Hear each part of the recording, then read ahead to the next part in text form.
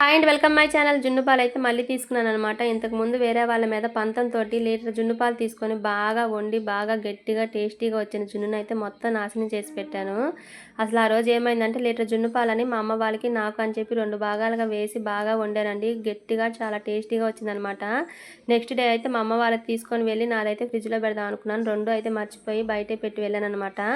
ఇంకా ఆ రోజు సాయంత్రం మా బావకి చెప్పి పంపించాను, బావ బయట ఇలా జున్ను ఉంది, దాన్ని అయితే ఫ్రిడ్జ్లో పెట్టి నెక్స్ట్ డే మా అమ్మ వాళ్ళకి కూడా తీసుకొని మనదైతే ఫ్రిడ్జ్లోనే ఉంచని చెప్పి మా బావ తర్వాత రోజు అయితే మా అమ్మ వాళ్ళకైతే తెచ్చారనమాట. దానిపైన మూత తీసి చూడగానే నాకు అసలు ఏం అర్థం కాలేదనమాట. అదొక రకమైన స్మెల్, లైట్గా పింక్ కలర్ ఫంగస్ లా పట్టిందనమాట. ఇంక నోట్లో పెట్టుకుంటే చేదు పుట్ట. ఇంటి పక్కన వాళ్ళకి వీళ్ళకి చూపిస్తే అమ్మ జున్ను 2 రోజులు బయట ఉన్నా కానీ ఏం కాదు, మరి ఇది ఇలా ఎందుకుందో తెలియదు అని చెప్పారనమాట. ఇంక మొత్తం పడేసాను. దాన్ని పడేయడంతో పాటు నాకు తిట్లు కూడా పడ్డాయన్నమాట.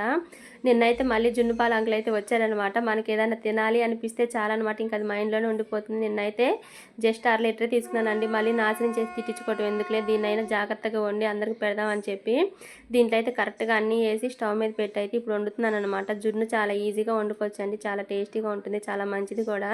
చాలా మందికి జున్ను అంటే తెలియదు అనమాట. ఫస్ట్ వచ్చిన పాలను అయితే పరబోస్తారండి. మా సైడ్ అయితే జున్ను చాలా ఇష్టంగా తింటారు. ఈసారి అయితే చాలా కరెక్ట్గా వచ్చింది, చాలా గట్టిగా కూడా వచ్చింది అనమాట. ఇది ఇంతవరకు మా బావకు తెలియదు పాలు తీసుకున్నానని చెప్పి. మా బావకి అయితే సర్ప్రైజ్ ఇస్తానమాట నేను. చూసారు కదా, జున్ను అయితే చాలా కరెక్ట్గా ఉడికిందండి. మనకి ఫోర్క్కి అయితే అంటుకోవట్లేదు. ఇది కొంచెం చల్లారిన తర్వాత ఫ్రిడ్జ్లో పెట్టుకొని నెక్స్ట్ డే తింటే చాలా టేస్టీగా చాలా గట్టిగా ఉంటుంది అనమాట. Okay, thank you, bye. ఒక లైక్ చేయండి.